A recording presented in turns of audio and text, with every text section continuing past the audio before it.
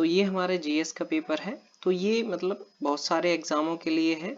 आप किसी भी एग्जाम की तैयारी कर रहे हो तो इस तरह के क्वेश्चन ही बनते हैं एग्जाम में। तो जैसे आरआरबी है, एसएससी है और स्टेट एग्जाम है, जिस भी एग्जाम की आप तैयारी कर रहे हो तो स्टार्ट करते हैं। हमारा पहला प्रश्न है, सांड की हत्या किसने की? तो ऑप्शन है हमारे भगत सिंह, सुखदेव, राजगुरु और चंद्रशेखर। तो इसका जो राइट ऑप्शन है वो है भगत सिंह और राजगुरु। तो यहाँ हमारे मतलब लिख नहीं पाए, जो टाइपराइटर हैं वो लिख नहीं पाए, तो ए एंड सी, तो यहाँ राइट ऑप्शन है। अब हम बात करते हैं, तो इन्होंने 17 दिसंबर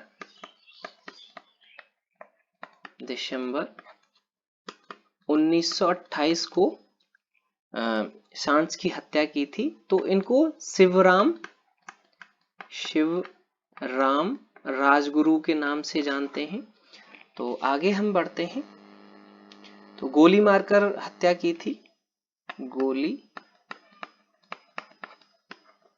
मारकर।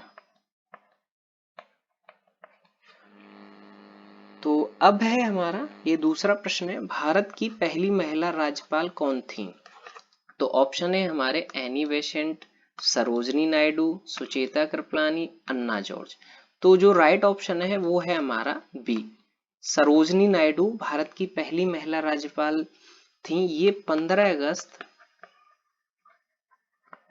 1947 से लेकर 2 मार्च 1949 तक ये राज्यपाल रही और ये उत्तर प्रदेश की राज्यपाल रही थी। तो बी हमारा राइट ऑप्शन है यहाँ। तो आगे बढ़ते हैं।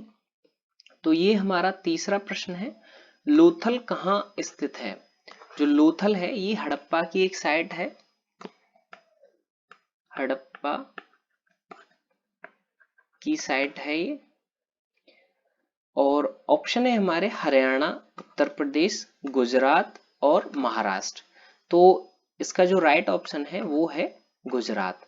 तो ये लोथल गुजरात में है, गुजरात। और जो लोथल की जो खोज की थी ये एस.आर. राव ने की थी, एस.आर. राव। तो इन्होंने खोज की थी, हड़प्पन साइट है ये। तो अब है हमारा चौथा प्रश्न है, सांची का स्तूप किस वंश के द्वारा बनवाया गया? जो सांची का स्तूप है वो किस वंश के द्वारा बनवाया गया था? तो ऑप्शन है नंद वंश, मौर्य वंश, शुंग वंश और हर्यक वंश। तो इसका जो राइट ऑप्शन है वो है मौर्य वंश के द्वारा ये बनवाया गया था सांची का स्तूप। इसका जो राइट ऑप्शन है वो है बी, मौर्य वंश। अब है हमारा ये पांचवा प्रश्न है, विज्ञान दिवस कब मनाया जाता है? तो ऑप्शन है हमारे, और एक ये भी है, ये विज्ञान दिवस सीवी रमन जी ने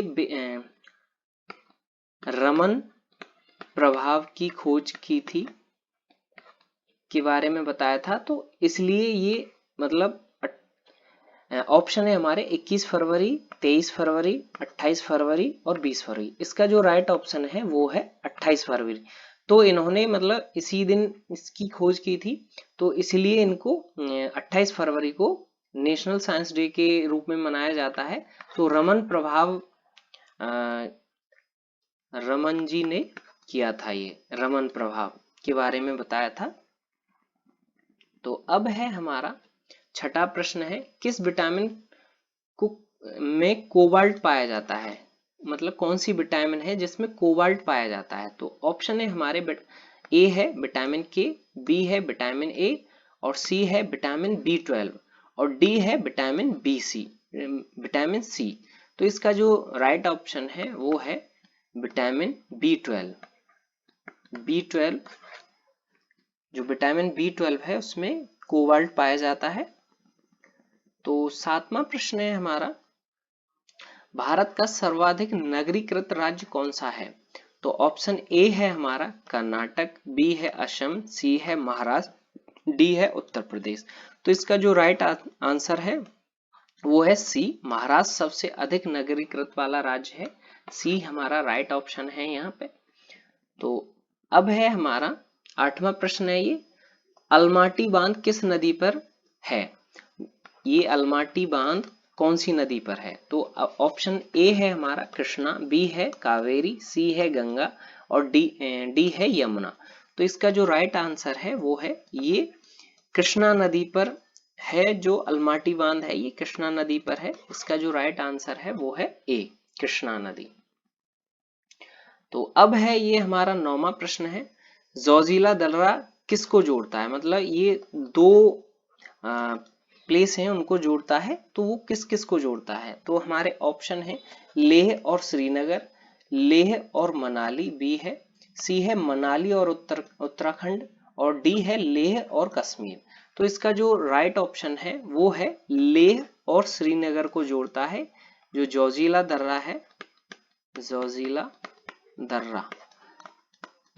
तो ये लेह और श्रीनगर को जोड़ता है। तो ए हमारा यहाँ राइट आंसर है। तो अब है हमारा 10वां प्रश्न, 1 रुपए का नोट किसके द्वारा जारी किया जाता है? जो 1 रुपए का नोट है वो किसके द्वारा जारी किया जाता है? तो ऑप्शन है हमारे भारतीय रिजर्व बैंक, बी है भारतीय स्टेट बैंक, सी है वित्त मंत्रालय और डी है इनमें से कोई नहीं। तो इसका जो राइट ऑप्शन है वो है सी। तो जो मतलब 1 रुपए के नोट वित्त मंत्रालय के द्वारा जारी किए जाते हैं। तो इसका जो राइट आंसर है वो है सी। Thank you. अगर आपको हमारा वीडियो अच्छा लगा हो तो एक लाइक करें, शेयर करें और चैनल पे आप नए हैं तो सब्सक्राइब करें और कमेंट करना ना भूलें।